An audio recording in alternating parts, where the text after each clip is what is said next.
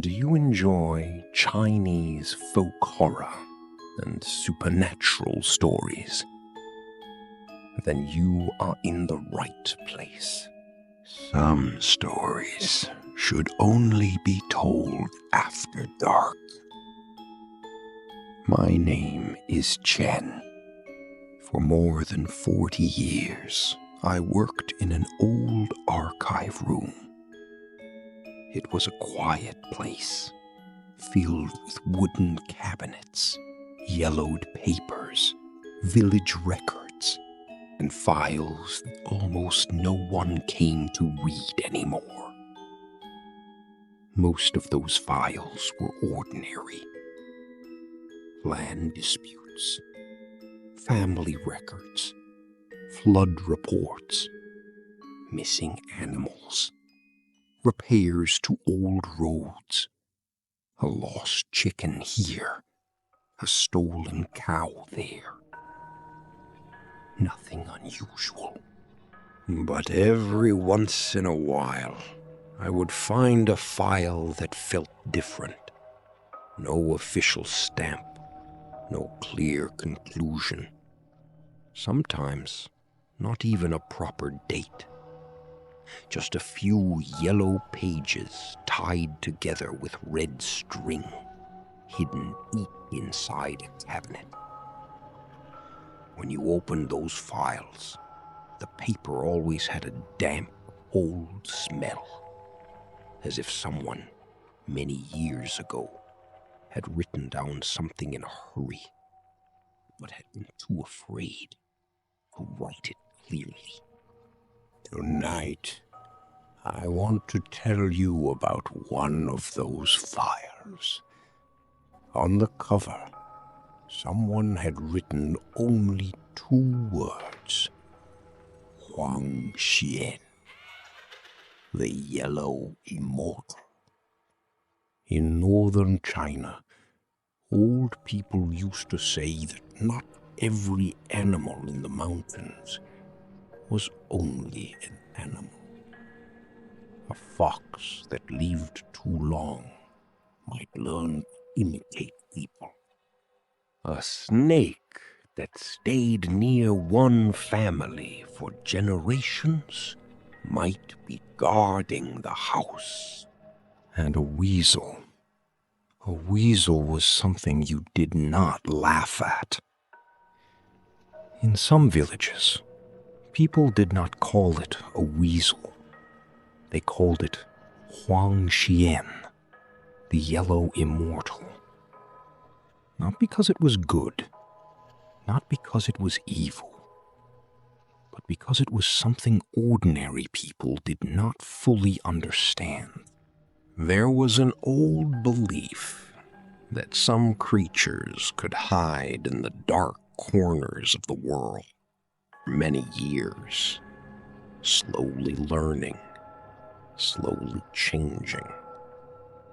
And one day, they might try to cross the line between animal and human.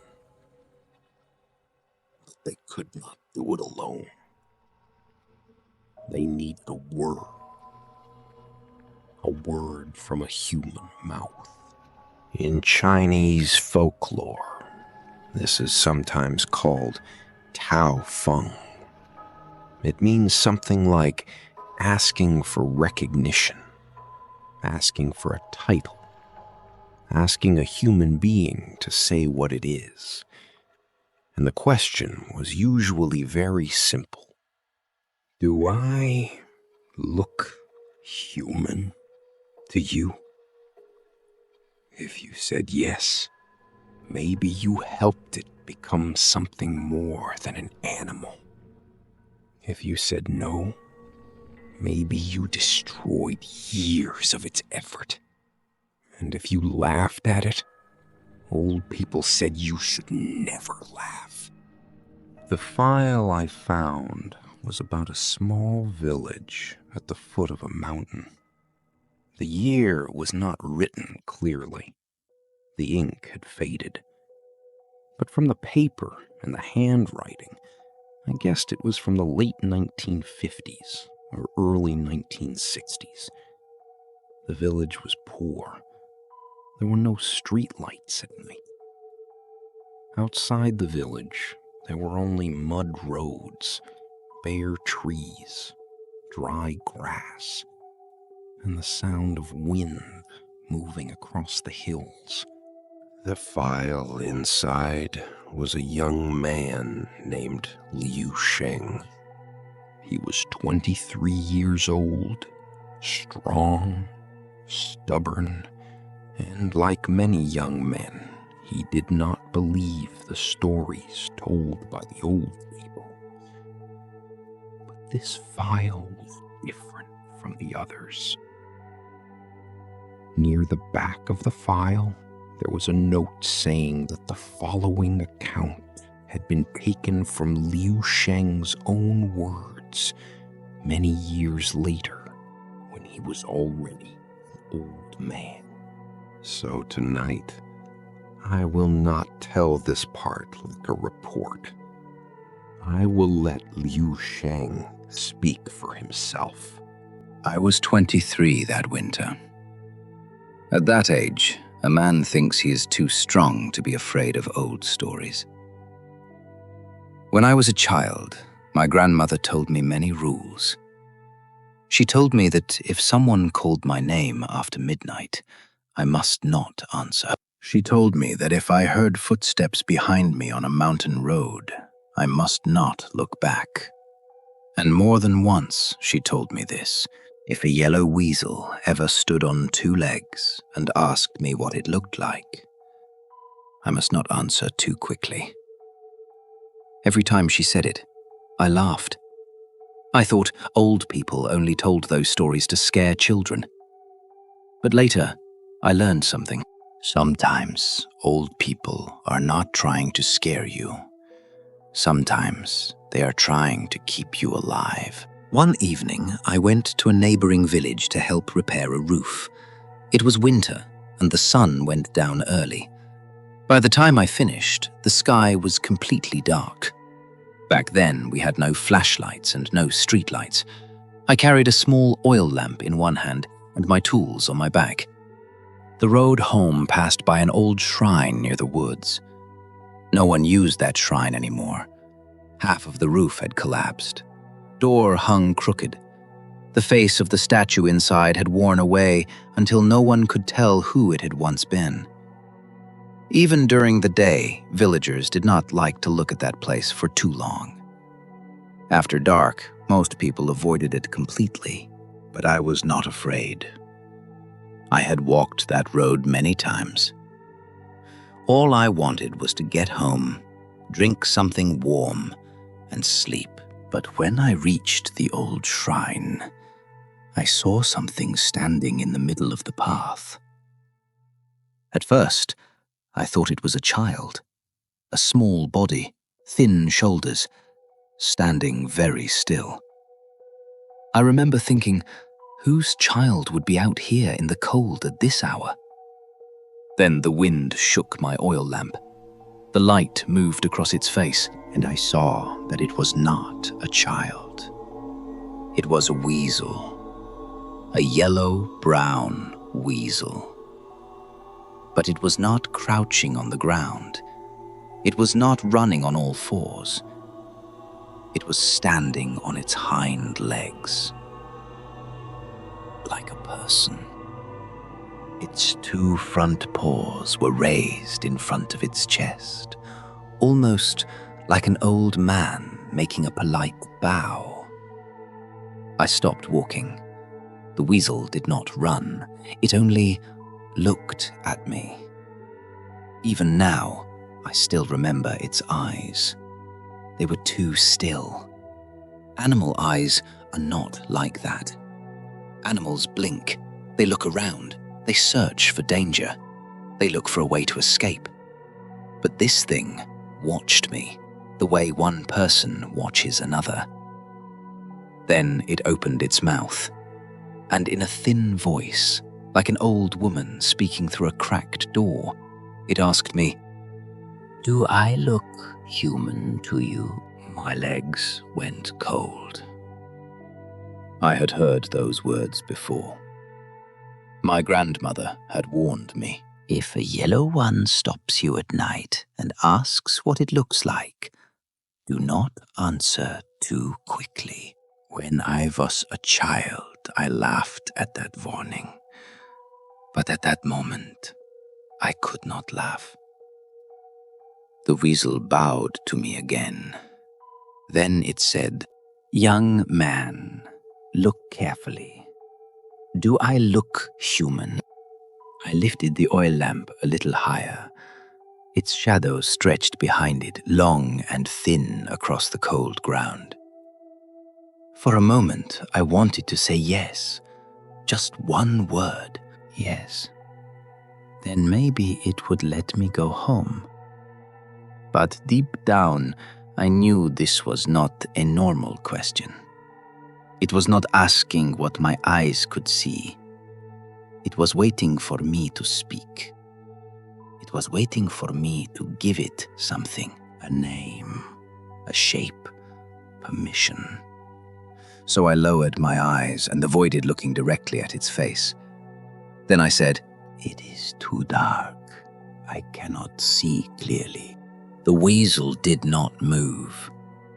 The wind stopped. Even the branches seemed to go silent. For a moment, the whole mountain road felt wrong. Too quiet, too still. After a long time, the weasel slowly lowered its paws and stepped aside. I did not run. Old people always said that if you meet something strange at night, you should not run unless it runs first.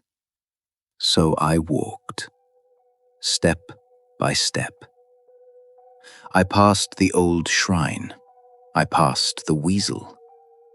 When I walked beside it, I smelled something faint and sharp, like wet fur and blood.